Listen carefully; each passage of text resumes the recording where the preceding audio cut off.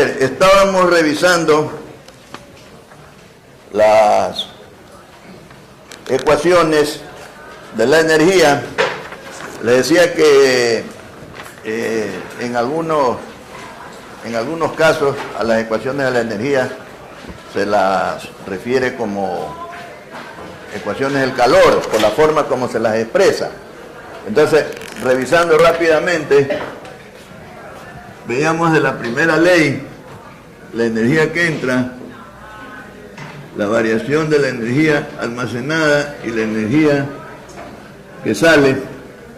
Entonces teníamos energía entra igual variación de la energía almacenada más energía sale, ¿ya? Entonces, para poder visualizar estas expresiones, cuando hablamos del sistema no fluente, acuérdense que el sistema se divide en no fluente, es una de las divisiones, ¿no? Y la otra que es de flujo estacionario o estable, ¿no? Entonces, el sistema no fluente nosotros lo visualizamos como un cilindro que tiene esta frontera móvil, la que corresponde a la cara de un émbolo, sin fricción. Aquí está la sustancia, presión, volumen, temperatura, densidad, entropía específica, entalpía específica, energía interna, todo lo que quiera medir ahí, ¿ya? Acuérdense que cuando nos referimos al sistema, casi la totalidad de los sistemas termodinámicos en ingeniería son un fluido, casi la totalidad. ¿Ya? Por eso es que hay una asignatura o la misma termodinámica que a veces se la dicta como termofluido, porque en realidad el sistema, en todos los casos, casi todos los casos, es un fluido. Cuando hacemos el análisis termodinámico de la turbina, que lo empezamos a hacer la vez pasada, ya lo vamos a concluir, lo que analizamos es lo que le pasa al fluido cuando pasa por la turbina. No analizamos los fierros de la turbina. Podríamos analizar los fierros de la turbina, ya, ese es otro sistema, ¿ya? Pero cuando analizamos los sistemas de ingeniería de uso más frecuente, nos referimos al fluido. Y este fluido siempre pasa por algún dispositivo. Ese dispositivo puede ser una máquina, una válvula, una tubería, ¿ya? Entonces, hay que pensar siempre en eso, ¿no? Por eso es que hablamos de presión, temperatura, volumen específico, energía interna, etc. Y el sistema, este es el no fluente. Es la representación muy genérica, ¿no? Y hay el de flujo. Habíamos hecho algo así la vez pasada. Por aquí una frontera de entrada, por aquí una frontera de salida, ¿ya? Aquí poníamos una referencia Z0, aquí decíamos que este tiene una altura Z1 con respecto a la misma referencia. Esa referencia es arbitraria, no nos interesa al final es el delta. Esto tiene masa, tiene energía interna, tiene presión, tiene volumen, tiene velocidad, ¿ya? Este así mismo, masa. El puntito quiere decir que es flujo, ¿no? Por unidad de tiempo. Tiene energía, a ver, aquí pongámosle 1, 1, 1, 1. 2, presión P sub 2, D sub 2 y velocidad D sub 2. A este sistema le podemos añadir calor y el sistema es capaz de hacer trabajo también, ¿ya? Entonces, aquí va a haber una variación de energía, ¿no? A ver. Entonces, fíjense que siempre en el análisis termodinámico nosotros partimos de la primera ley, ¿ya? Cuando la variación de la energía almacenada es igual a cero, es decir, se mantiene constante, Entonces decimos que este sistema es de flujo estacionario o estable. ¿Ya? Eso quiere decir energía que entra igual energía que sale. ¿Ya? Entonces, consideramos que si solo entra calor,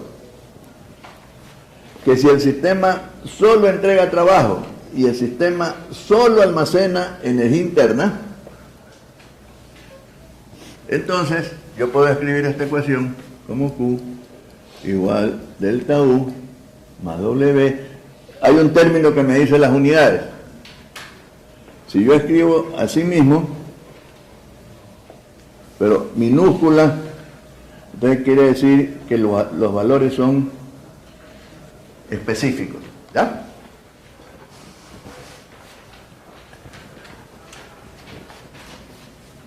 Si este sistema, sí, la energía interna se mantiene constante, entonces el calor es igual al trabajo. ¿Ya? El calor es igual al trabajo. Eso con respecto a la primera ley. Ya vamos a hablar de la segunda ley.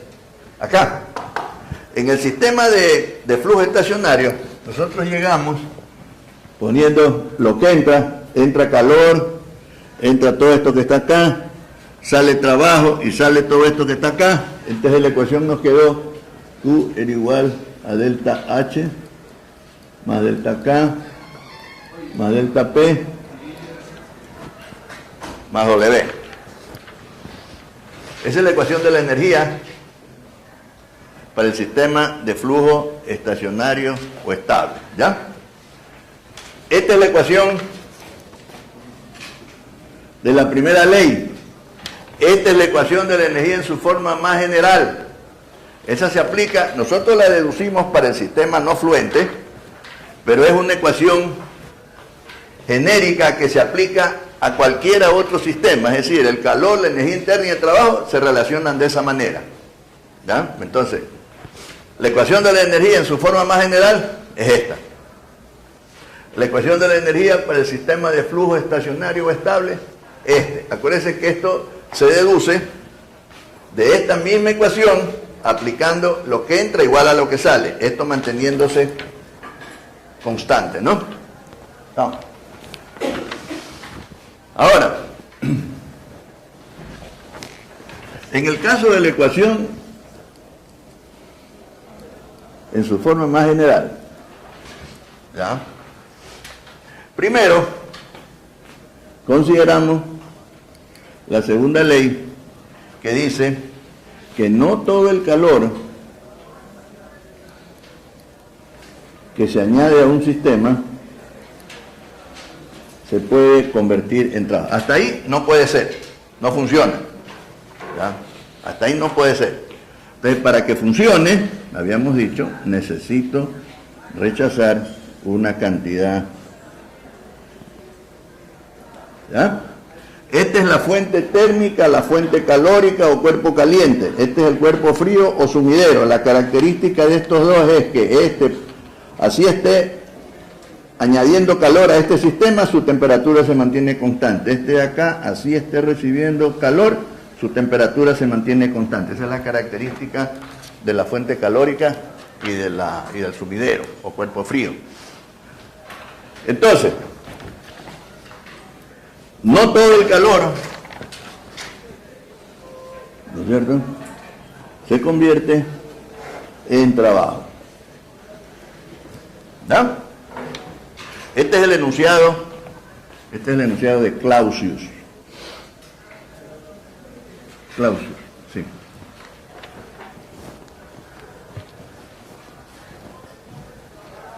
Históricamente, el enunciado de la primera ley, que es la ley de la conservación de la energía, decía que calor y trabajo son mutuamente convertibles. Decía, calor y trabajo son mutuamente convertibles. Entonces les decía que con el desarrollo de la ciencia, con los descubrimientos que se fueron haciendo, cuando se encontró que se aplicaba a un sistema una cantidad de energía como calor, por ejemplo, le aplicábamos 100 BTUs y obteníamos 80, ¿no? Entonces, ¿qué pasó? Hay una cantidad de energía que está aquí dentro. Entonces, la energía interna es una consecuencia de la primera ley. No podemos explicar la primera ley si no incluimos el concepto de energía interna, ¿ya?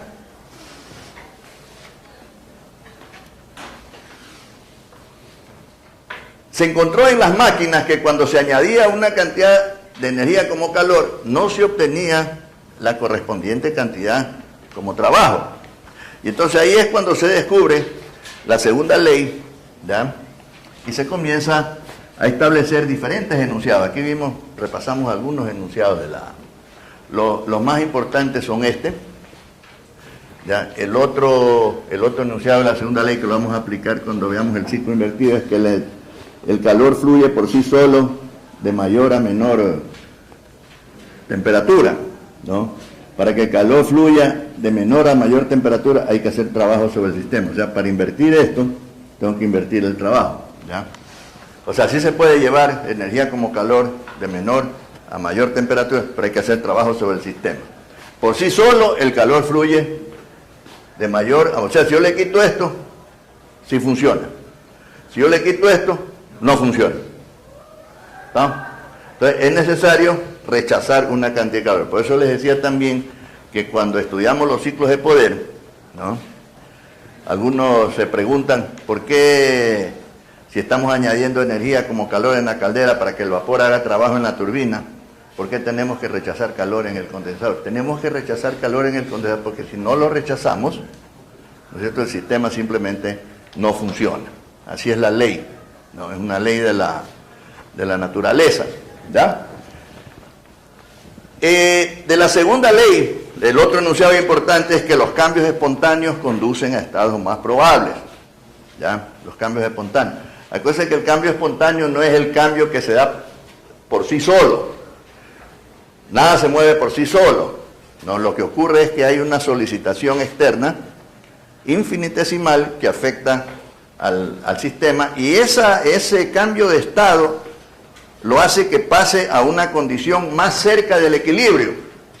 Por eso dice, los cambios espontáneos conducen a estados más probables. Así es el ejemplo de la varilla puntuda con una bola ahí arriba, ¿no es cierto? El tiempo que puede permanecer esa bola en esa varilla puntuda es un tiempo sumamente corto. Pasa a otro estado debido a ese cambio espontáneo. En ese otro estado puede estar más tiempo. Para hacerlo cambiar ya no necesito una solicitación infinitesimal, ya tiene que ser algo ya más grande, ¿no? Entonces, conforme la solicitación va aumentando en valor, quiere decir que se está acercando más al estado de equilibrio, ¿no? Y aprovechando equilibrio, acuérdense que el estado de equilibrio es aquel en el que el sistema tiene los valores de las propiedades termodinámicas igual en todos los puntos de su masa. Y ese estado es graficable. En los diagramas termodinámicos solo se pueden graficar estados de equilibrio. Por eso que el proceso reversible, habíamos dicho, ¿no? Es el que lo represento con una línea. Otra cosa más. La ecuación de este señor Clausius encontró la ecuación de la segunda ley que dice que la variación de entropía es igual a dQ sobre T, pero solo cuando el cambio es reversible. O sea, no vamos a hacer el análisis aquí como obtuvo él, ¿ya?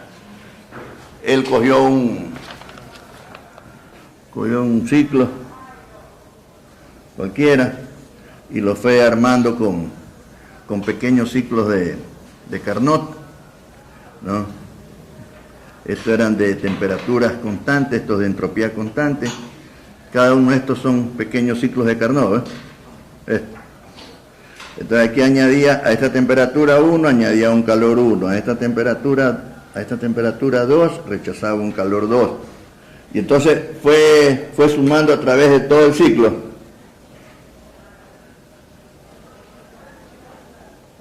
¿Ya? Y entonces encontró que ese sumatorio, ¿ya?, en todo el ciclo era igual a 0.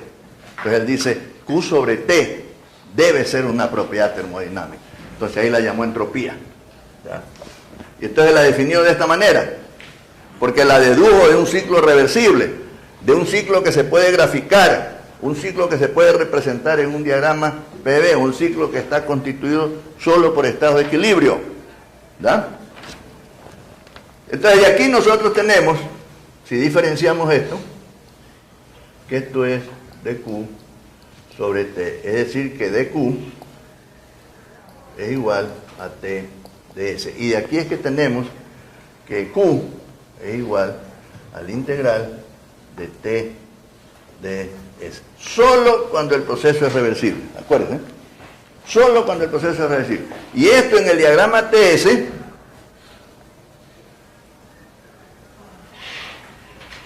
de 1 a 2, esto que está aquí, esta área es igual al integral T de S. Acuérdense que aquí tengo la temperatura. Cuando comienza este estado hasta que termina hubo una variación de S acá, esta temperatura es T, entonces este rectángulo chiquito que está aquí es T de S, integro de 1 a 2, y esto me representa al calor. Entonces decimos que el área debajo de la curva proceso en el diagrama TS representa al calor, ¿ya?, transmitido o transferido durante un proceso reversible. O sea, nosotros necesitamos, para que T de S sea calor, que el proceso sea reversible. Nada más. El sistema puede ser con flujo o sin flujo. Les había dicho, porque el calor se transmite por igual a una sustancia, esté esta fluyendo o no. ¿Ya? Entonces lo que nos interesa aquí es que sea reversible. ¿Ya? Diferente es para el caso de este sistema no fluente. Tengo una frontera móvil aquí. Esta es la frontera de todo el sistema. Entonces yo puedo representar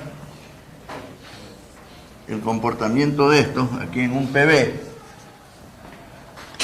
¿Ya?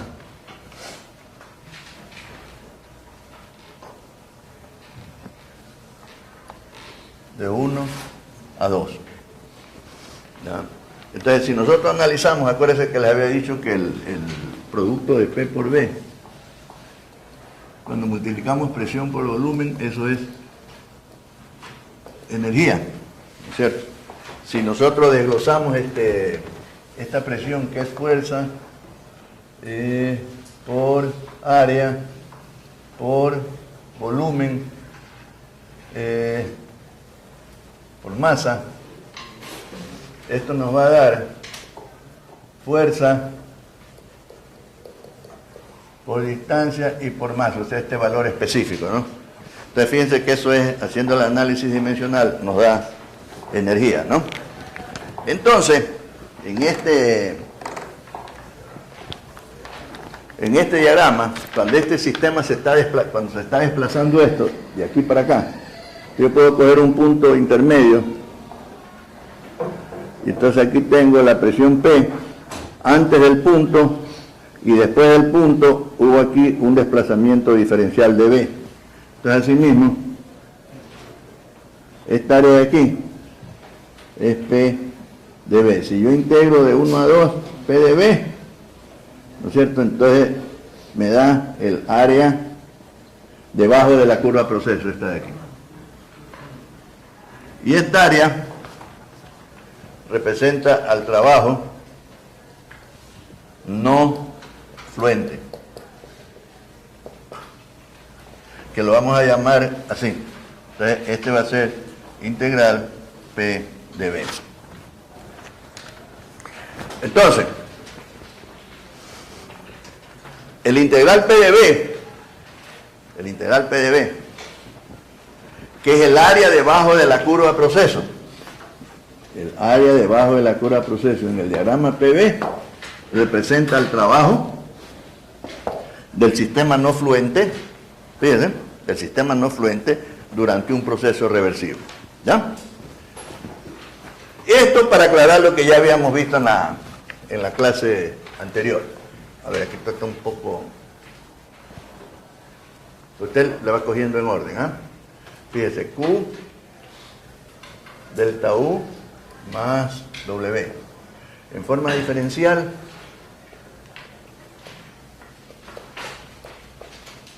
acuérdense que estos son diferenciales inexactos, porque el calor y el trabajo son funciones de trayectoria, no son funciones de punto. La energía interna sí es una función de punto, porque es una propiedad termodinámica. Entonces, su integral es igual al valor final menos valor inicial. Ese es un delta, ¿ya? Porque es una propiedad, es una característica descriptiva del sistema. Estas son funciones que dependen de la forma que tenga el proceso, ¿no? Una cosa es que yo coja la silla y la empuje de aquí hasta allá, y otra cosa es que coja la silla, la cargue, me la lleve por allá y la pongo allá. Ya, el estado inicial y el final son los mismos, pero hice más trabajo, ¿no es cierto?, en una trayectoria que en la otra. No, entonces por eso es que sus diferenciales no son exactos. Entonces el integral de dq es q, de 1 a 2, el integral de trabajo es w, de 1 a 2. No hay delta de esto ni delta de esto. Acuérdense, de esto sí hay delta. Bueno. Cuando yo hago esto,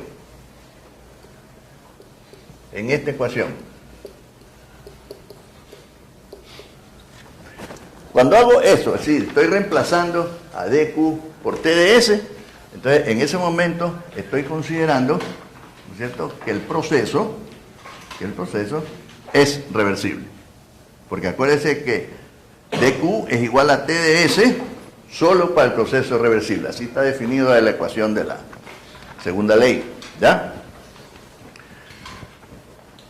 Hasta aquí tengo un sistema, ¿no es cierto?, en donde el proceso es reversible. ¿Ya?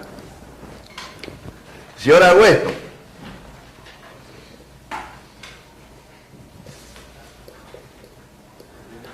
aquí le voy a poner un factor de conversión de unidades, porque esto es trabajo, esto es energía interna, esto es calor. Entonces, este con este son compatibles, pero con este no. Entonces tengo que convertir las unidades para que todo esté en la misma unidad. Voy a poner esto, pueden poner kilocalorías, kilojulios, ¿no es cierto? Este es por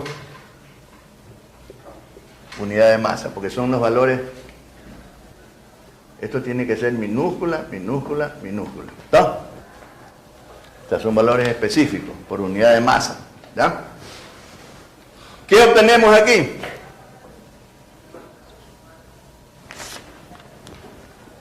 Una ecuación en donde tenemos 1, 2, 3, 4, 5 propiedades termodinámicas. Entonces, en ese momento, después de haber considerado la primera ley, fíjese, consideré que solo va a entrar calor y va a salir trabajo y solo almacena energía interna. Lo expresé en forma diferencial. Reemplacé calor por TDS. Reemplazo en vez de trabajo PdV. ¿Qué es lo que hice ahí? Consideré que ese proceso reversible está ocurriendo en un sistema no fluente. Entonces tengo una relación de propiedades aplicable a cualquier sistema, cualquier proceso. Cuando digo cualquier sistema es con flujo o sin flujo. Cualquier proceso reversible o irreversible. ¿Sí ves? O sea, descubrimos ahí que es una relación. Esa es una de las famosas ecuaciones TDS. Y vamos a ver la otra. Son dos. ¿Ya? Esas ecuaciones nos van a permitir resolver algunos problemas. ¿Ya? Por eso hay que tenerlas presentes. Por eso le hacemos énfasis a esto. Ahora, si hay alguna pregunta, me hace la pregunta con tiempo. Fíjese, si tengo un proceso reversible ¿ya? Pero el sistema no es no fluente. Si tengo un sistema en el cual está ocurriendo un proceso reversible, entonces yo puedo decir, cuando aplico esta ecuación, que esto es calor. Basta que el proceso sea reversible, TDS es calor. ¿Ya? Si el sistema no es no fluente, fíjense, el proceso es reversible, pero el sistema no es no fluente, puede ser un sistema de flujo estacionario, ¿no? Este valor de aquí no es trabajo. ¿No? Para que esto sea trabajo, tiene que ser reversible y el sistema tiene que ser no fluente. ¿No? Entonces, si tengo un sistema no fluente, si el proceso no es reversible, es un sistema no fluente, pero el proceso no es reversible, TDS no es calor, ni PdV es trabajo.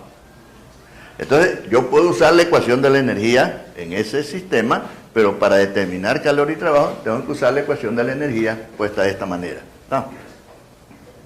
¿Sí? ¿Está claro? O sea, TDS es una relación de propiedades aplicable para cualquier sistema, cualquier proceso. Cuando decimos cualquier sistema es con flujo o sin flujo. Cualquier proceso, reversible o irreversible. Ya. Cada término tiene su significado según sea el sistema y según sea el proceso. ¿No? Como esto es una relación de propiedades aplicable a cualquier sistema, cualquier proceso, yo lo puedo aplicar a un sistema no fluente o a un sistema de flujo estacionario. ¿Ya?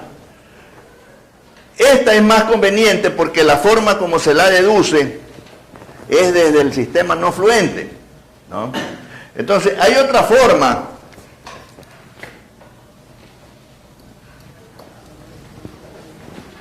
de aplicar la relación de propiedades a un sistema con flujo. Pero acuérdense que esto es aplicable a cualquier sistema, con flujo o sin flujo. Cualquier proceso, reversible o irreversible.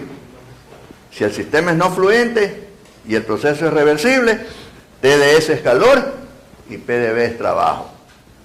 Si el proceso es reversible y el sistema no es no fluente, esto es calor, pero esto no es trabajo. Entonces, con ese calor que yo saqué de aquí, vengo acá y saco el trabajo. ¿Está?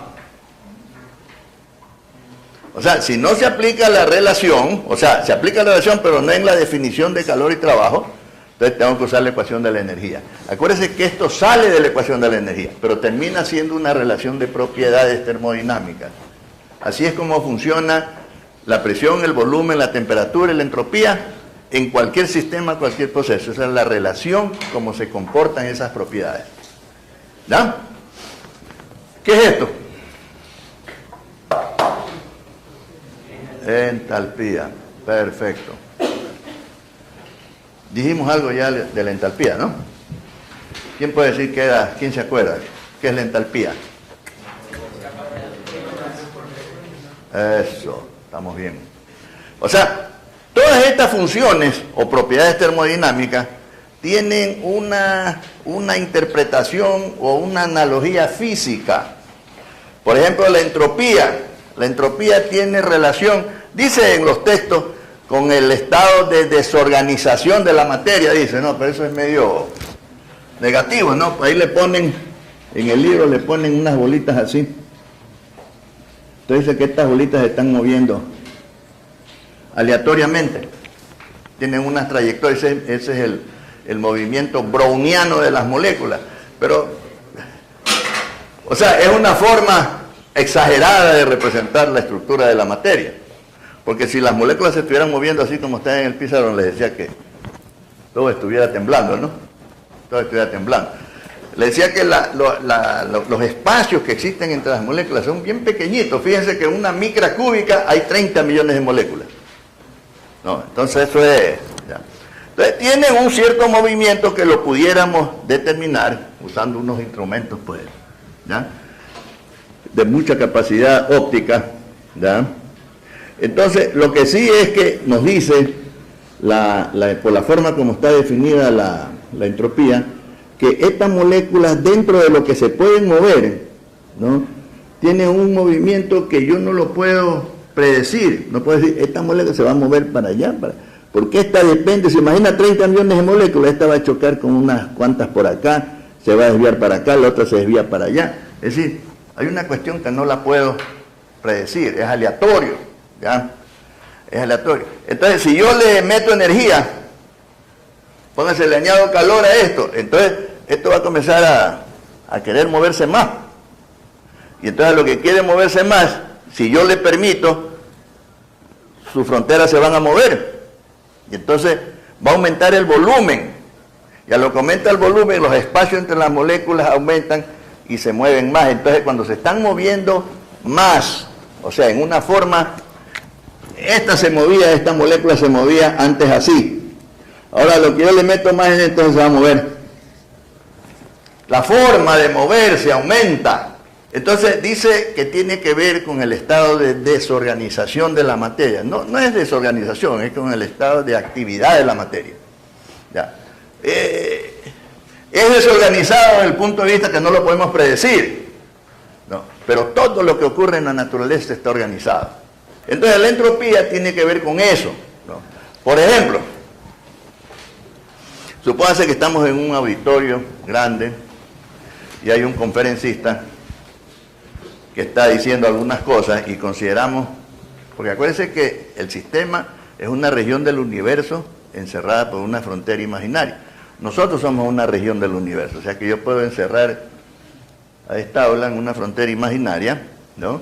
Y entonces se puede decir algo que aumenta hace un rato dije algo por acá, entonces como que quería ver recreo, ¿no? Entonces ahí aumentó la entropía de este sistema, ¿sí ves? Entonces tiene que ver con la actividad de las moléculas. Acuérdense que la entropía es una definición molecular, no es atómica. Vamos a ver que hay otras propiedades que tienen que ver con los átomos. Tiene que ver con las moléculas. Las moléculas tienen que ver con la temperatura. Cuando yo meto aquí un termómetro,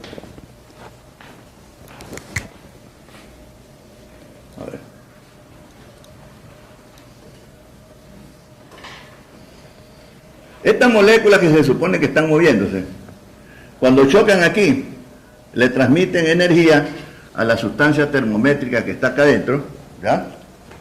Y entonces las moléculas de la sustancia termométrica que está dentro del termómetro comienzan a recibir energía, entonces se pueden mover más, ¿ya? Para moverse más necesitan más espacio entre ellas.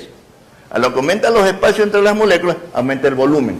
Entonces usted le mete esto aquí, y si esto tiene más temperatura que esto, este le transfiere energía de aquí a acá, y esta columna que estaba aquí se viene acá. Entonces ahí lee la temperatura. Entonces, la temperatura, nosotros la determinamos como parte de la actividad molecular. Acuérdese de eso, ¿ya? Porque después hay ratos que decimos, ¿y dónde está la energía? ¿No?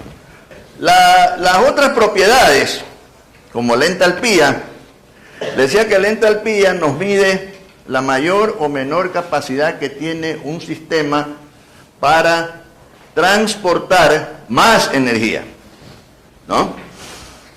Por ejemplo, si tengo una sustancia de baja entalpía, quiere decir que su temperatura tiene que ser baja, y a esa sustancia yo le puedo añadir energía, es decir, la puedo calentar.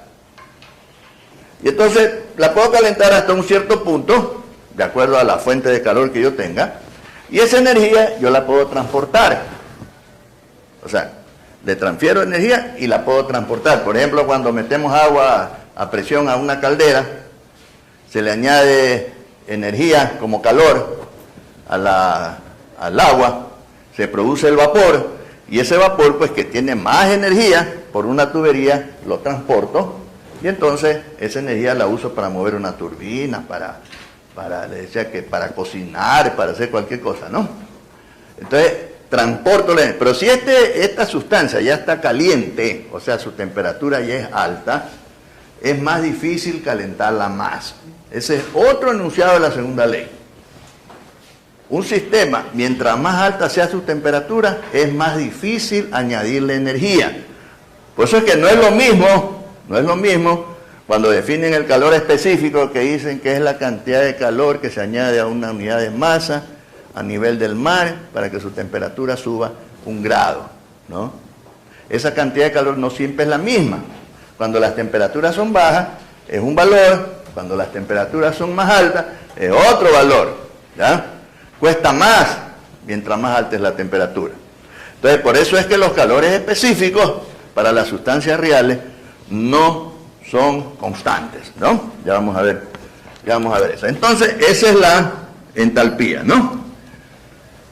Ahora, sobre estas propiedades podemos decir muchas cosas, ¿no?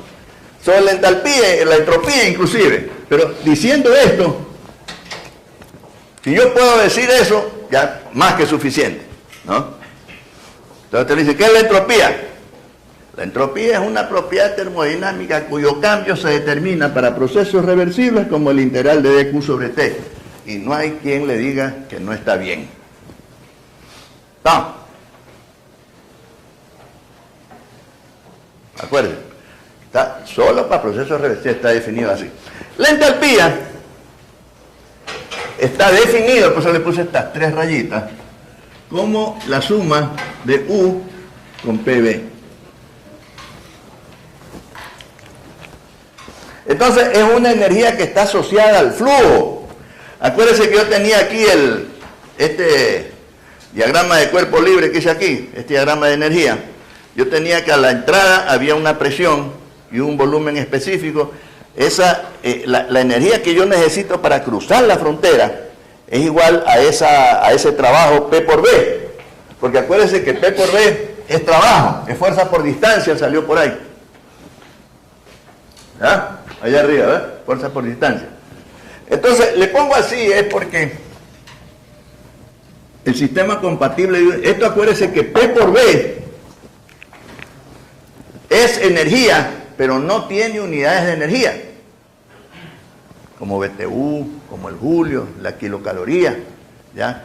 P por B le da eso que está allá, F por L sobre masa, ¿ya? Porque este volumen es específico. Si este volumen fuera total, ¿no? Es fuerza por distancia, y punto, valor total.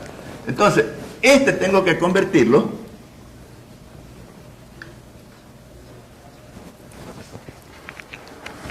las unidades, entonces ahí introduzco la famosa J, ¿no? J, habíamos dicho que es la constante de Joule,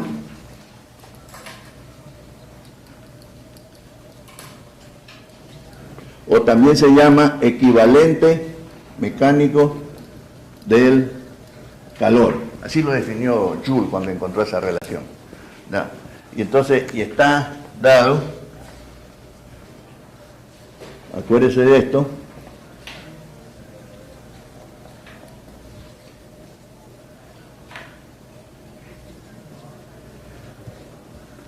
todo factor, y se convierte en un factor de conversión de unidades. Todos los factores de conversión de unidades, esto es igual a 1. Así, esto.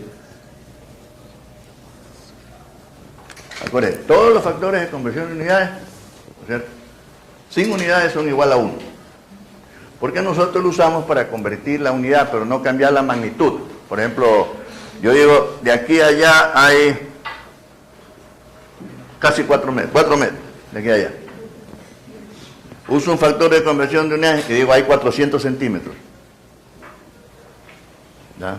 Entonces cambié la unidad, pero la magnitud de lo que estoy midiendo no se altera. ¿Ya?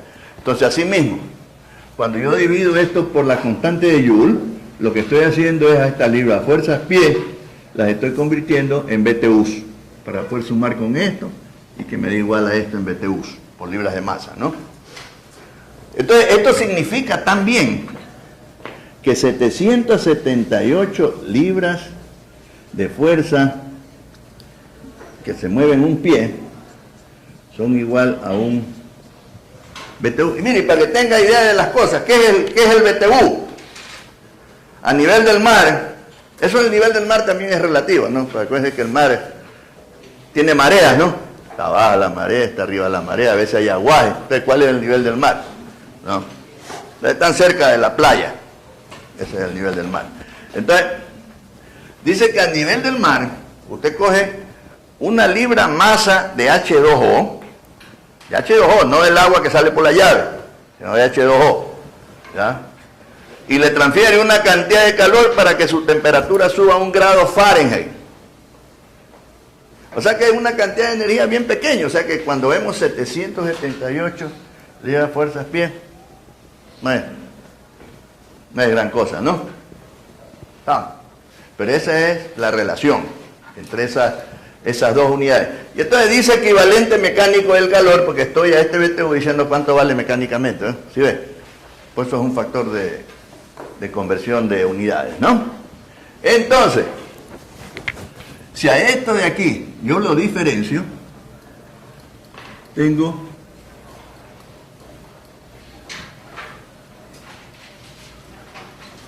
estamos.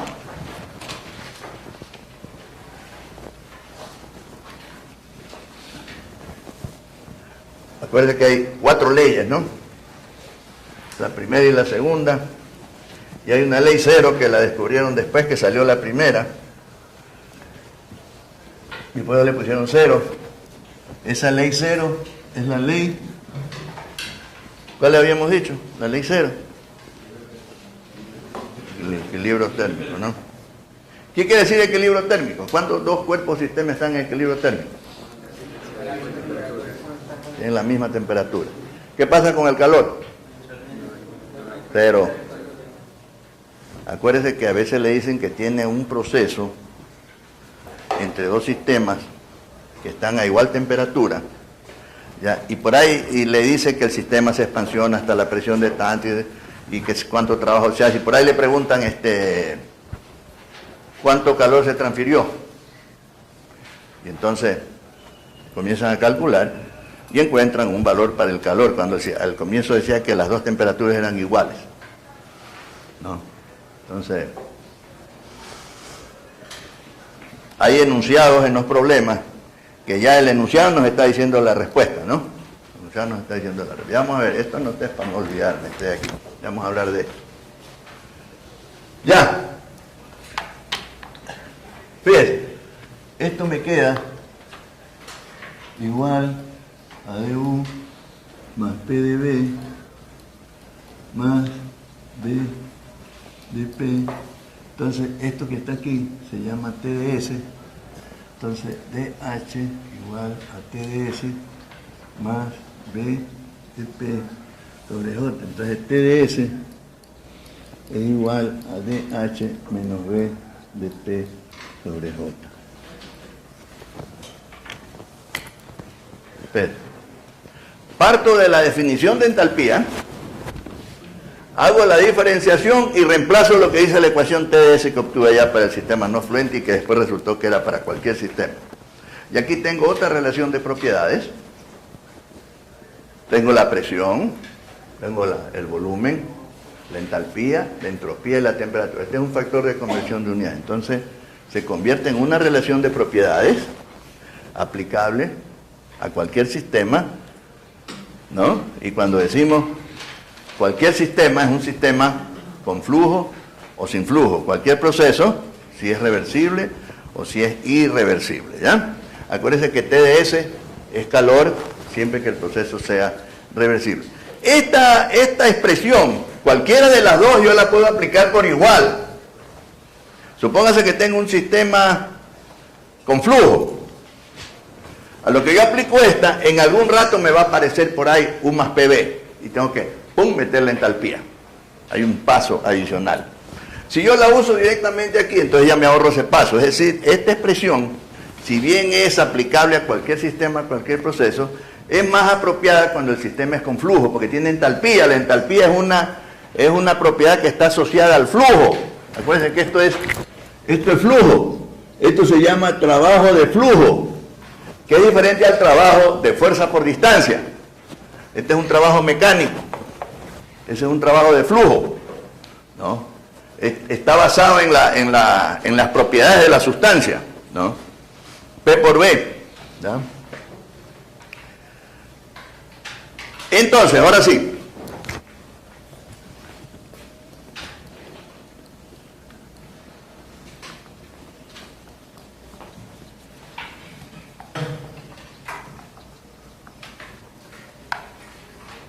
¿Qué es el análisis termodinámico?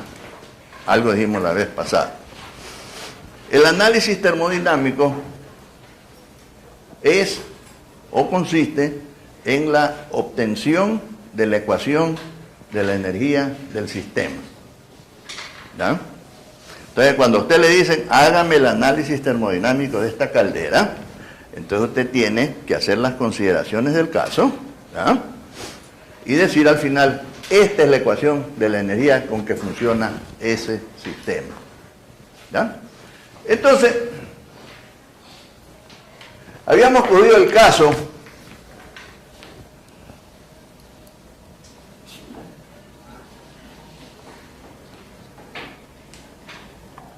turbina a vapor. ¿Ya? Olvídese de decir turbina de vapor, a vapor.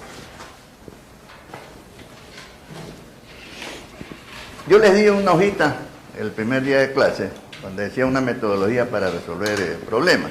Bueno, esa metodología sale del análisis termodinámico que tenemos que hacer de los sistemas. Para poder hacer el análisis termodinámico, nosotros tenemos que saber del sistema para qué es y cómo lo hace. Tenemos que poder responder esas dos preguntas. ¿Para qué es y cómo lo hace? ¿Ah? Por ejemplo, supóngase que tengo aquí un cilindro, ¿ya? Y entonces aquí voy a coger un compresor que va a estar cogiendo aire de aquí de presión P sub 0, hago trabajo sobre esto y lo meto aquí dentro y esta presión es mucho mayor que P sub 0.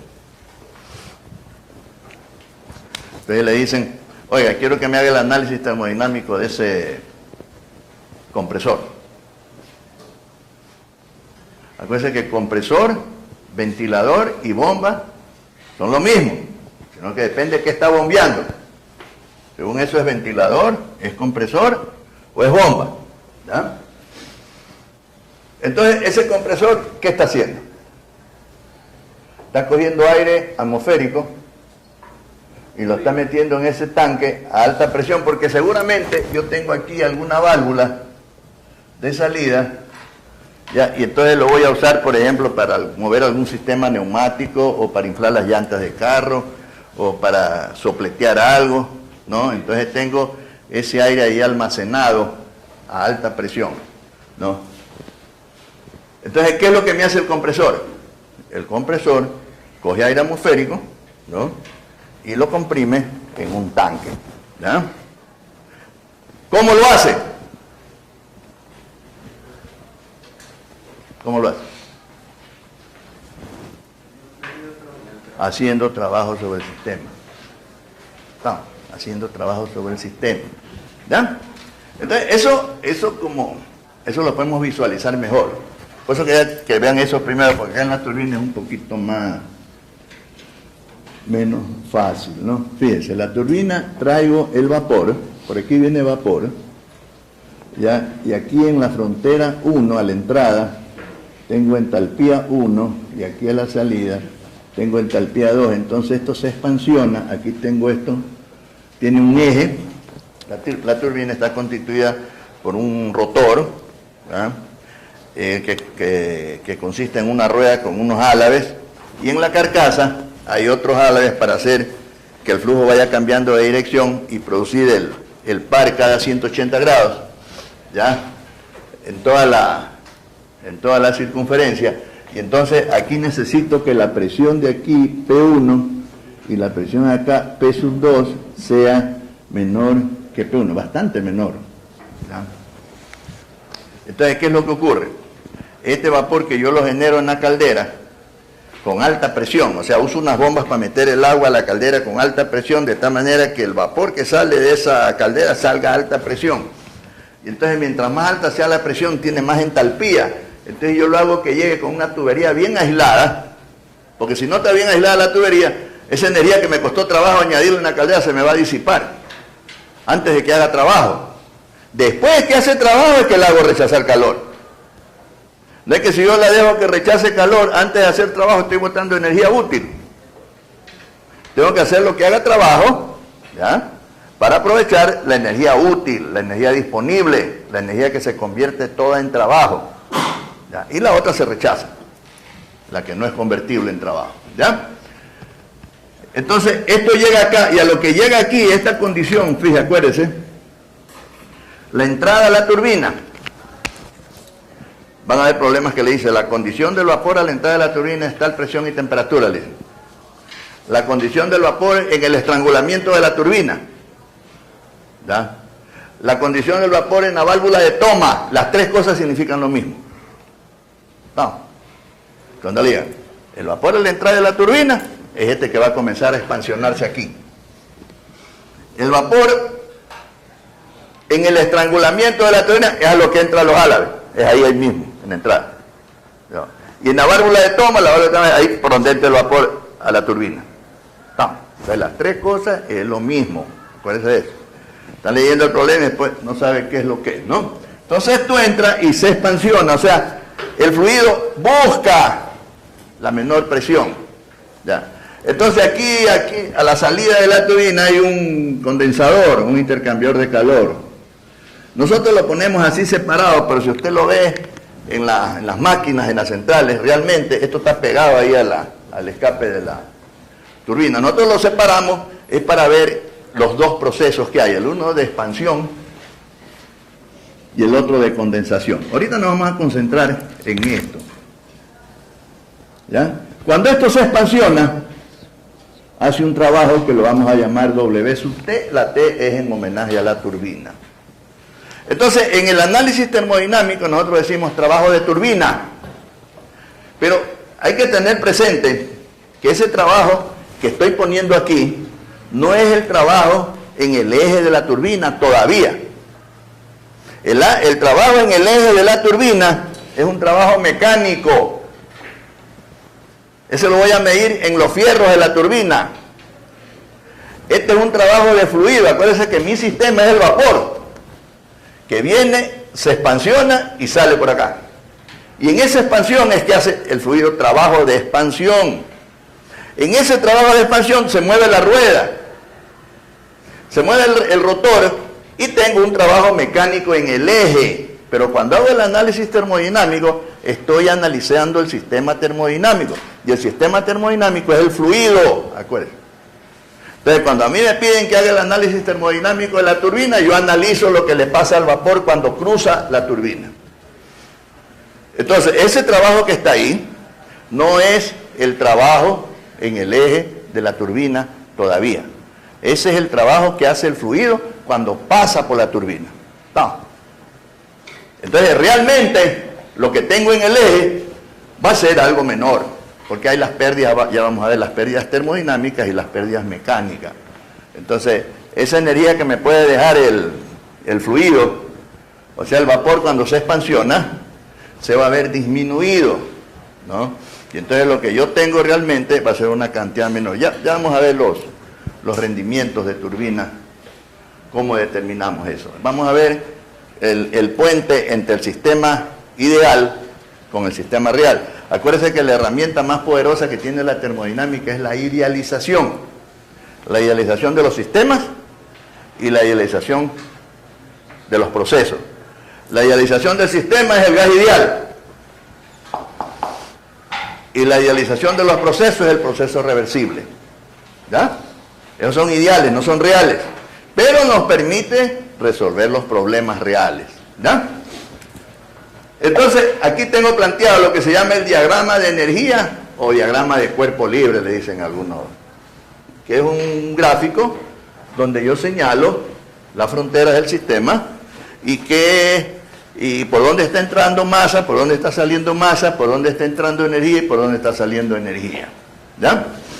Esta turbina es un dispositivo que se lo diseña para que cuando el vapor viene y se expansiona, obtengamos trabajo, ¿ya? Entonces, esto funciona así, entra vapor a alta presión, busca la salida que está a baja presión, y en esa expansión transfiere una cantidad de energía que permite que el rotor se mueva. Cuando digo el rotor, eso ya es energía mecánica. Este es trabajo de fluido, este es trabajo termodinámico, este es trabajo sin pérdidas. Y es trabajo termodinámico porque lo voy a medir con las propiedades termodinámicas de la sustancia. El trabajo mecánico lo mido sobre los fierros de la turbina, ¿ya? ¿Cómo clasifico al sistema? Primera cosa, ¿cómo considero aquí al sistema? Acuérdense que el sistema es el vapor que está entrando, se expansiona y sale. Ya. Fíjense que los sistemas en la práctica son transitorios, siempre están, con el tiempo están variando, ¿ya? Para el análisis, o sea, este sistema no fluente y el sistema de flujo estacionario, ya le borré, el sistema de flujo estacionario, son idealizaciones que nosotros hacemos. Voy a considerar como que el sistema va a estar siempre funcionando así, que las propiedades termodinámicas en cada punto se van a mantener con esos valores, ¿ya? No son iguales en todos los puntos, pero se mantienen constantes a través del tiempo. Le decía que es como que le tomo una foto al sistema y ahí me salen los valores. O sea, a la entrada tengo siempre la presión 1, acá siempre la presión 2, aquí siempre la entalpía es 1, aquí siempre la entalpía es 2 y siempre el trabajo es WT, ¿ya? Entonces primero identifico el sistema y digo que es de flujo estacionario o estable. Primera cosa, eso es lo primero que tiene. Después que usted responde las preguntas de para qué es y cómo lo hace, entonces dice, a ver, ¿este es no fluente o de flujo estacionario? Este es de flujo estacionario, no puede ser no fluente. Estoy poniendo aquí que entra más y sale masa por allá. Yo le añado calor al agua en la caldera para obtener vapor. Ese vapor lo envío por una tubería que tiene que estar bien aislada para que esa energía no se me disipe al medio circundante antes de que haga trabajo, ¿ya? Y entonces, yo le añado esa energía al vapor en la caldera porque quiero hacer trabajo en la turbina.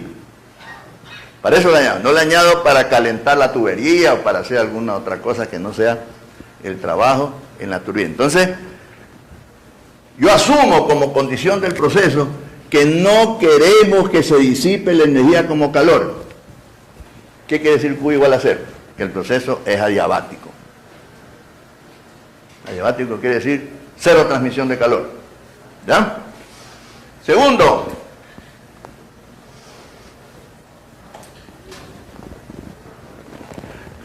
como esto viene con velocidad,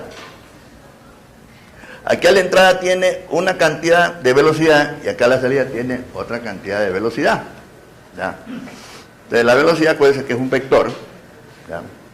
Y les decía en alguna de las clases anteriores que cuando yo tengo una masa, esta masa representa o contiene una cantidad de energía, ¿ya? Y si yo la comienzo a hacer viajar así, mientras está viajando, tiene la energía que tenía allá, más esta energía que tiene por desplazamiento, a esa velocidad, ¿ya?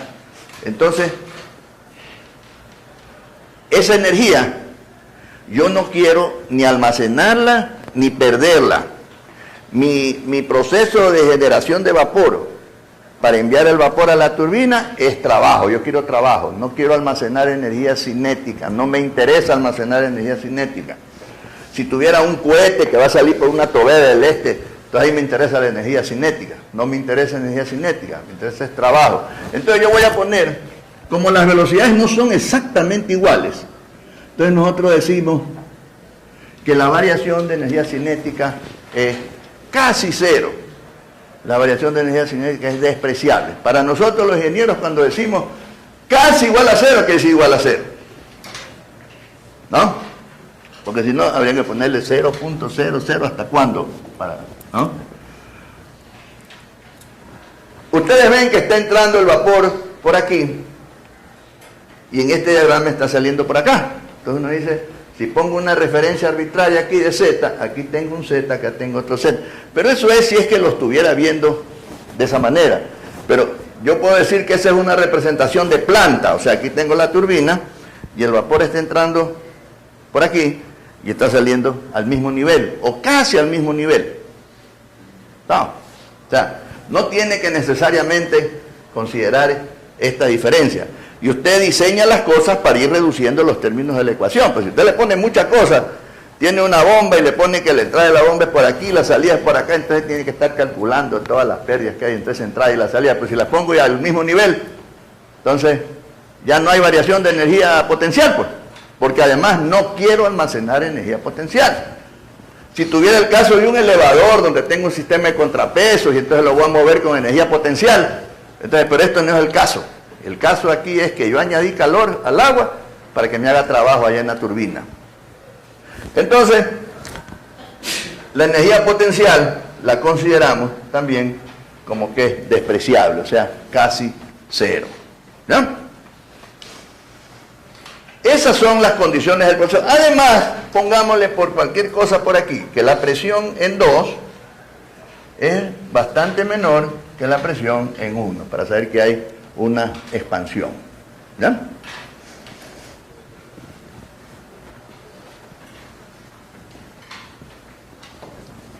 Estas son las condiciones del proceso. 1, 2, 3, cuarto. Ecuación del sistema. La ecuación del sistema es esta ecuación que está acá, con estas condiciones puestas ahí, ¿no? Entonces aquí me queda que 0 igual a 0, delta H, más 0, más esto suma 0, W. Entonces este W lo voy a hacer ahora que sea el de la turbina, ese que está ahí, es igual a menos delta H. Entonces W en la turbina es igual a H1 menos H2. Si quiere le pone BTU por libras de masa. ¿No? Esa es la ecuación de la energía de este sistema y acabo de hacer un análisis termodinámico de la turbina a vapor. ¿No? Ese es el análisis termodinámico, turbina a vapor. Sí. Proceso fue reversible. Supóngase que este proceso de expansión fue reversible, entonces voy a usar la ecuación TdS, pero como esto tiene flujo, voy a poner dH menos BDP sobre J. El proceso isentrópico quiere decir que tiene la misma entropía. Puede ser que isentrópico, no es que la entropía inicial es igual a la final, no, siempre fue la misma. Cuando le dice isobárico, no es que la presión final es igual a la inicial, siempre fue la misma presión. Es como el isotérmico, no es que la temperatura final es igual a la inicial, no, todo el tiempo tiene que ser la misma temperatura. Por eso hay unos libros por ahí de física que le dicen isotérmico y entre 1 y 2 le ponen cualquier cosa. Eso no es isotérmico. Isotérmico quiere decir que siempre fue a la misma temperatura. Y esos procesos son reversibles porque los puedo graficar. Entonces, el proceso isentrópico lo podemos graficar, pero tengo que coger un diagrama que tenga entropía. Entonces, este es el isentrópico, ¿no? 1, 2. Entonces, por aquí pasa una línea de presión 1, una línea de presión 2, una línea de volumen 1, una línea de volumen 2. ¿Ah? Pero esto de aquí, fíjense que la presión cambia, el volumen cambia, pero aquí el delta S es igual a 0. O sea, ese es el. ¿Se acuerda que dijimos hace un rato por aquí cuando vi el integral TdS para procesos reversibles y le dibujé un TdS con una curva y le dije que el integral TdS es el área debajo de la curva proceso?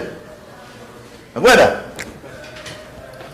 Es que tiene que, si no, está frito. Vean, decía que esto que está aquí es el integral TdS. O sea que el área debajo de la curva de proceso representa el calor durante un proceso reversible. Y esa área la encuentro con el integral TdS de 1 a 2.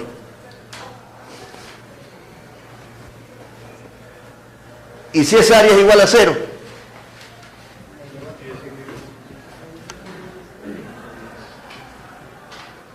En este diagrama de 1 a 2 no hay área aquí debajo. ¿Por qué? Isentrópico, no es que esta es la coordenada de entropía.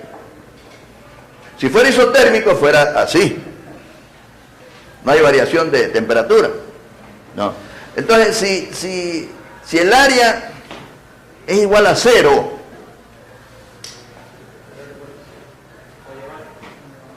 es adiabático y es reversible. Entonces, acuérdense de eso. Acuérdense que el isentrópico tiene que ser adiabático y también, técnica de expresión oral. Reversible más adiabático. No puede decir adiabático y reversible, entonces va a parecer que es irreversible. Entonces, yo dije aquí, en las condiciones del proceso, que yo no quiero que la energía que yo añadí como calor en la caldera se vaya a disipar, peor antes de que haga trabajo. Yo quiero que haga trabajo primero para aprovechar la energía útil y luego rechazo la que no es útil. Ahí con la que no es útil se va un poco de la útil también, en los sistemas reales. ¿Ya? Entonces, hasta ahí yo dije que es adiabático. Y después que hice el análisis termodinámico, cuando ya encontré la ecuación de la energía del sistema, yo le dije, ¿y si ahora considero que ese proceso era también reversible? ¿Qué quiere decir?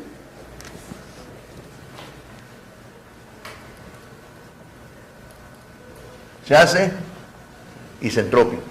Acuérdense que isentrópico quiere decir dos cosas: que sea reversible y que sea adiabático. Entonces, este TdS se hace 0 y queda que dH menos dP. ¿Ya? Y entonces dH menos BDP y delta H, que quiere decir H2 menos H1, será igual al integral BDP sobre J de 1 a 2. Si yo pongo aquí H1 menos H2 menos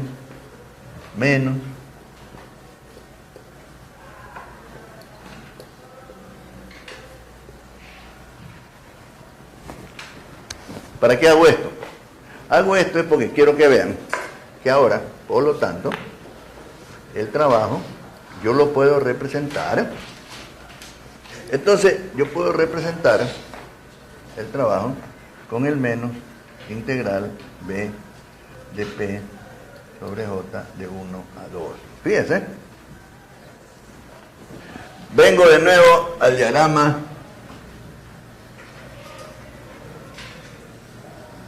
PV. Voy a poner esta línea así. Miren, la línea, esa es otra, no sé si le dieron esto. Las líneas no las puede poner como quiera. Yo ahí en ese diagrama no puedo poner una línea con la curvatura del otro lado. O sea, no puede ser una línea así. ¿Ya? No se comportan así los sistemas. ¿Ya? Miren.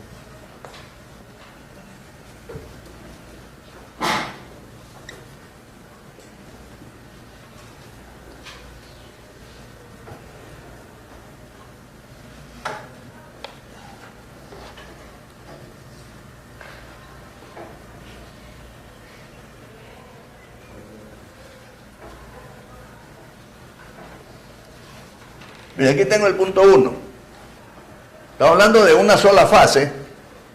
Una sola fase. No hay cambio de fase aquí. Y aquí tengo presión 1, volumen 1. Fíjense que ahí estoy representando en ese diagrama 4 propiedades termodinámicas del sistema. 2 están en los ejes y 2 son curvas. Es decir, las líneas de presión, de temperatura y de entropía tienen esa forma en ese diagrama. No va a haber usted una línea isotérmica o una isentrópica en este diagrama que sea así. No hay. Y si le sale, está mal. No. Esta línea para este mismo punto tiene más pendiente que esta de acá. O sea, esta es más empinada que esta de acá. La entropía es más empinada. ¿Ya? Ahora va acá.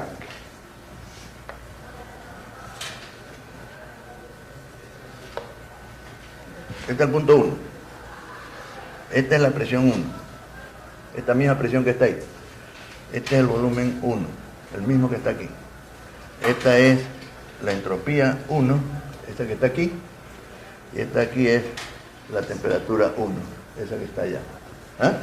En este diagrama, el volumen para un mismo estado tiene más pendiente que la presión. Eso tiene que saber porque cuando le dicen en un problema que tiene una sustancia que desde un estado inicial experimenta un proceso a presión constante y luego hasta que llega a tal temperatura experimenta un proceso de volumen constante, entonces tiene que irle siguiendo la pista, las curvas. No, parece que saber qué forma tienen. No puede haber una línea de presión constante o de volumen constante así. ¿Estamos? Entonces una forma de acordarse, o sea, esto dice, ahí en los libros dice, una forma mnemotécnica, dicen así. O sea, usar algún artificio para acordarse. ¿Ya? Yo me acuerdo así. En este diagrama, esta propiedad de aquí tiene más pendiente que esta de acá. Así me acuerdo yo. En este diagrama, esta propiedad de aquí tiene más pendiente que esa de allá.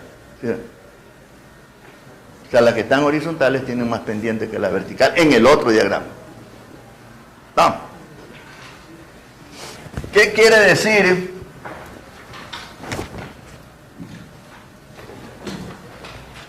Menos integral B de P. Acuérdense que el otro que yo sacaba, el no fluente, era P de B. ¿No? Usted decía, a esta presión el volumen varió acá. Entonces ahora tengo al revés. Ahora tengo para este volumen de aquí, ¿ya? Tengo que había una presión antes y después una presión después, y esto me da esta franjita de aquí. ¿Ya? Este se llama, este es un dP.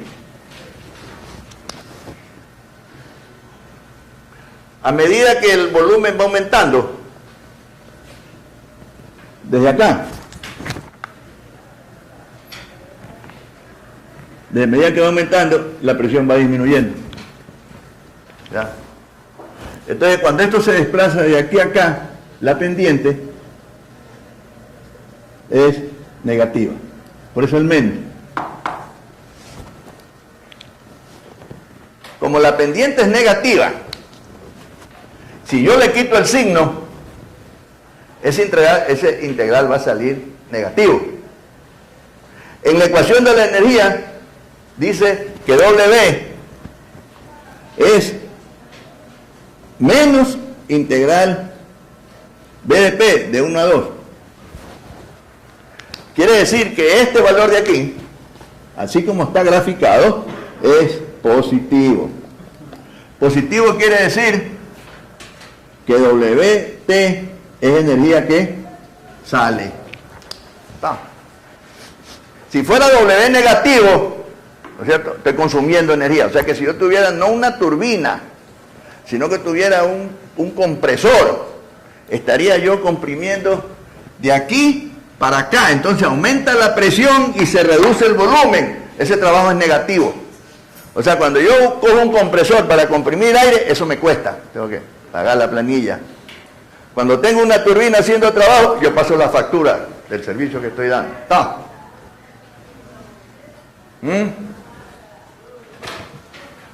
¿Sí ve la diferencia? Ya. Entonces, Esto le dije cuando teníamos el PDB. Entonces aquí tengo yo que voy a integrar de aquí hasta acá. ¿Ah? Entonces, en este diagrama, PDB, el área debajo de la curva de proceso representa el trabajo del sistema no fluente. ¿Cuál es eso? Integral PDB. El área debajo de la curva de proceso representa el trabajo del no fluente, de ese cilindro con ese. Ya, este. Y esto que tengo acá es el área detrás de la curva de proceso. Esta sería área detrás. ¿Ya? Representa al trabajo que hace una turbina durante un proceso isentrópico con delta K y delta P despreciables. ¿Cómo la ves? Lo que estoy diciendo es lo que hice. ¿Qué hice para llegar aquí? Dije, un sistema de flujo estacionario. Aquí dije adiabático, para no decirle adiabático y también reversible, no, entonces le dije, tengo un sistema con flujo, un proceso isentrópico y con delta K y delta P despreciables, porque esas desaparecieron de la ecuación. Ahora, si fuera el caso en que hay una diferencia de velocidades entre la entrada y la salida, simplemente delta K no es cero. Aquí estoy asumiendo, cuando diseño yo esta turbina, estas son mis condiciones de diseño que deben ser las condiciones de funcionamiento después de la turbina. ¿No? Entonces, esto representa el trabajo que hace un sistema de flujo estacionario durante un proceso isentrópico. Cuando digo isentrópico es reversible y adiabático, con delta K y delta P despreciables. Entonces cuando por ahí en una lección le ponen, ¿qué representa el menos integral B de P? Entonces, termodinámicamente, eso representa el trabajo de un sistema de flujo estacionario durante un proceso isentrópico con delta K y delta P despreciables. ¿No? Y está representado por el área detrás de la curva de proceso. ¿Ya? Si yo tengo un gas ideal, vamos adelantándonos con el gas ideal, durante un proceso con gas ideal, durante un proceso isotérmico, la presión y el volumen se comportan inversamente proporcional. Un gas ideal, durante un proceso isotérmico, la presión y el volumen, le pongo C para decir constante, pero no es la misma C. ¿Ya? Quiere decir que para mantener el mismo valor aquí, cuando este sube, este baja. Si este baja, este sube. No. Hay el diagrama TP y el diagrama TB. No. El uno considera la presión constante, el otro el volumen constante. Entonces, Boyle con Charles hacen que la ecuación del gas ideal sea PB igual RT. Esa es la ecuación de estado. Acuérdense, ecuación de estado es la que me relaciona tres propiedades termodinámicas entre sí, por si acaso. De pasada, esa es una ecuación de estado. ¿Ya? Supónganse que tengo un gas ideal durante un proceso isotérmico, ¿ya? Proceso isotérmico, que parte desde un valor, dice, desde un valor de presión 1 igual a tanto, y llega hasta una, pongámosle el volumen 2 o la presión 2, ¿ya? De tanto, ¿ya? Y le dice que calcule el trabajo. Supóngase que este sea Y y este sea X. Y tengo la ecuación Y igual a una constante cualquiera, 1, 2, 3, 5, 10, 100, lo que sea sobre X. Eso quiere decir que este valor de X1 me da este valor de Y1. Entonces, si este valor lo pongo acá, como X2, póngale este de acá, me da Y2. O sea, y este valor de aquí es igual a este. Sí, pues se llama equilátera. O sea, las dos asíntotas son perpendiculares, que son los ejes. ¿Ya? Les puse así porque después yo la puedo cambiar y poner, ¿no es cierto? Entonces acá tengo exactamente lo mismo, ¿no? Que en vez de Y es P y en vez de X es B. Entonces aquí tengo el proceso, es una línea así. Y entonces comienza aquí en 1 y se va hasta 2. Entonces esta área que está aquí, fíjense, esta área que está aquí, por ser la hipérbola equilátera, es igual a esta área que está acá. ¿Qué quiere decir? Que el trabajo del sistema no fluente durante un proceso reversible es igual al trabajo de un sistema de flujo estacionario durante un proceso isentrópico con delta K y delta P igual a 0. O sea,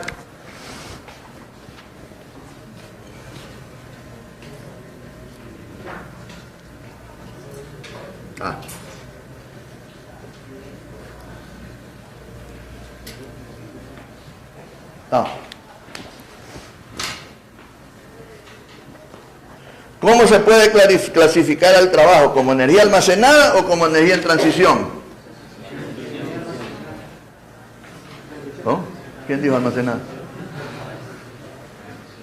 Es en transición, recuerden, ya dijimos. Acuérdense que esto es el último día de clase, le volvemos a preguntar. ¿Cómo se entiende o define lo que es un sistema termodinámico? Una región del universo encerrada por una frontera imaginaria. ¿Qué es la presión y con qué unidades en el sistema inglés se mide? Observar, le puse todavía, porque algunos, observar que esta pregunta tiene dos partes. La una que diga que presión es fuerza sobre área, y la segunda parte es que se mide en libras por pulgadas cuadradas. ¿Sí contestó bien? ¿Qué representa para una sustancia su fórmula química? Eso, ahí vamos a hacer un libro sobre otra ciencia, ¿no? ¿Qué representa la fórmula química?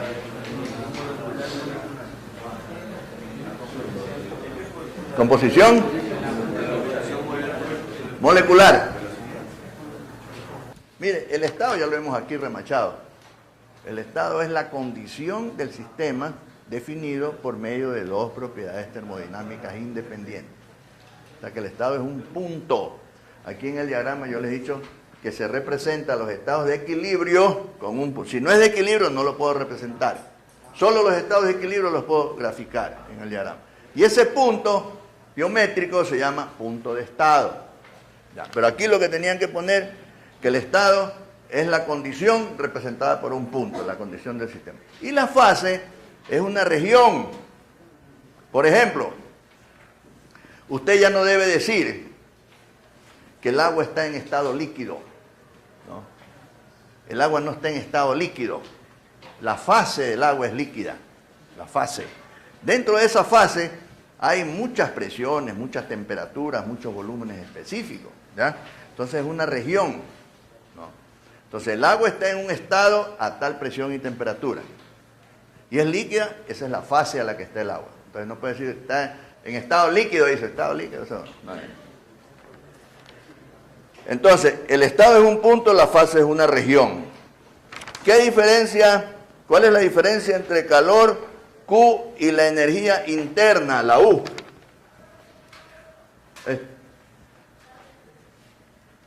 Acuérdense que esa es la energía interna, la energía térmica, energía molecular. Fíjese, molecular, ¿ya? ¿Cuál es la diferencia?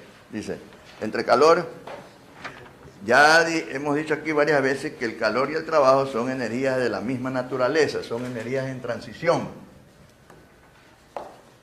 Solo se manifiesta como trabajo cuando la fuerza se desplaza. Solo se manifiesta como calor cuando hay una diferencia de temperaturas. ¿Ya?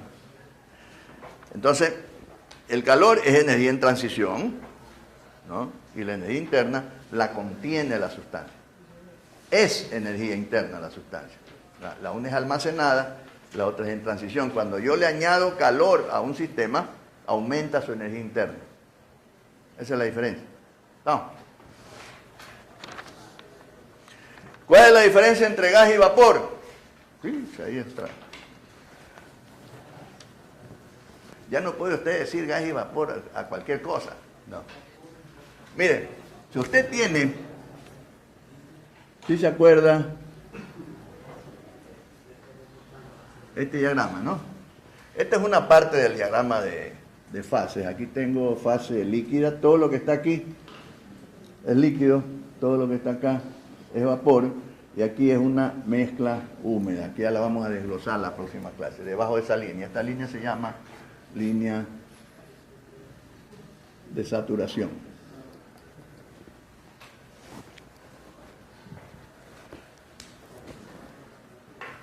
Hablando de sustancias reales. A una sustancia se la define como gas. ¿Ya? Este gas viene del gas ideal. ¿Ya? Entonces, en la práctica, las sustancias reales que se definen como gases tiene su definición, origen en lo que es el gas ideal. ¿No? ¿Qué es el gas ideal? Es una sustancia gaseosa que no admite cambio de fase, siempre es gas. ¿Ya? Se comporta según PV igual RT. Tiene calores específicos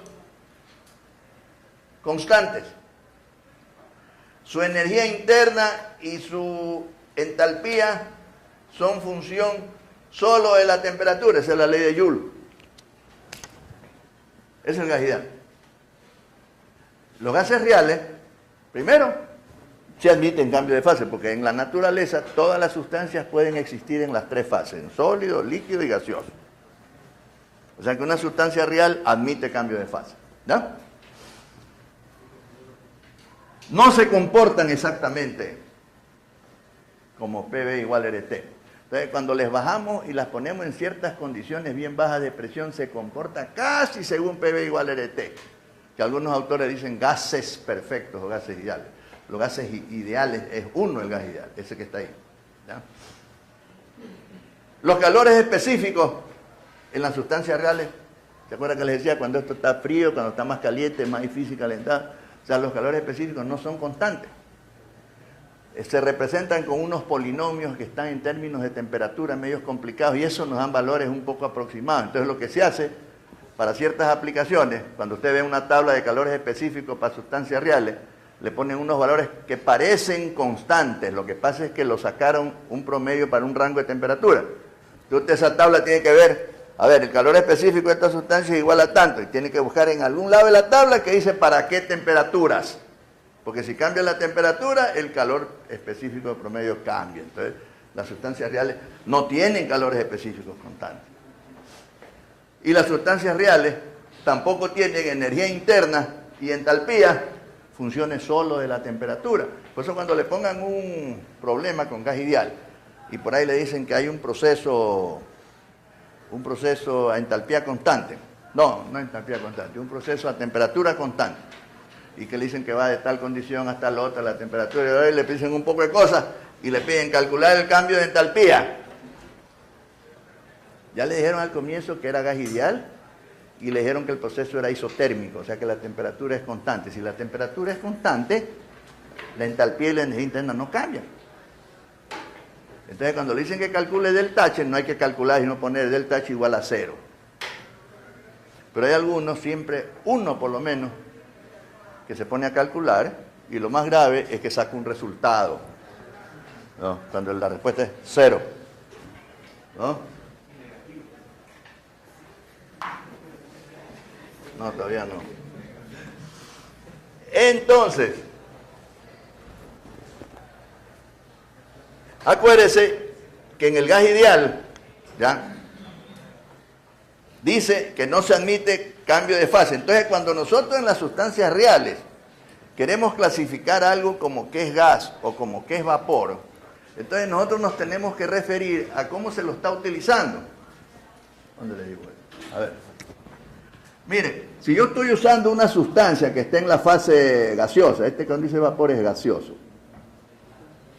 Entonces, tengo por ejemplo gases o tengo amoníaco, que el amoníaco aquí se calienta, viene para acá, pasa así, lo lleva para acá, tiene una serie de cambios así, ¿ya? Y siempre están, tengo amoníaco. ¿Cuál es la fórmula del amoníaco? NH.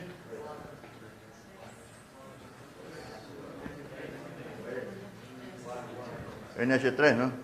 ¿Y NH4 qué? Bueno. Tengo gases de amoníaco. Entonces, si yo tengo que en una aplicación industrial, usted tiene que este amoníaco siempre está en la fase gaseosa. Está enfriando, calentando, se expansiona, se comprime, pero siempre en la fase gaseosa. Entonces, ahí hablamos de gases de amoníaco, porque no hay cambio de fase. Pero si el mismo amoníaco, yo lo estoy usando por aquí, supóngase se condensa un poco, se viene para acá, se subenfría, lo vuelvo a calentar, lo vuelvo a evaporar, se supercalienta. Si está cambiando de fase, entonces ya no puedo hablar de gases de amoníaco, vapores de amoníaco. No. O sea, el concepto de gas no admite cambio de fase. Eso se deriva del gas ideal. No. Ahora, ¿por qué no admite cambio de fase? Las moléculas en las sustancias reales tienen una fuerza de atracción, ¿ya? Entonces, por eso es que si esta fuerza de atracción nosotros la hacemos, ¿no es cierto?, que aumente, entonces nosotros podemos lograr que algo que esté en una fase, ocupando un cierto volumen, esa misma cantidad de masa pase a ocupar un volumen menor, entonces que sus moléculas se comienzan a acercar, ¿ya?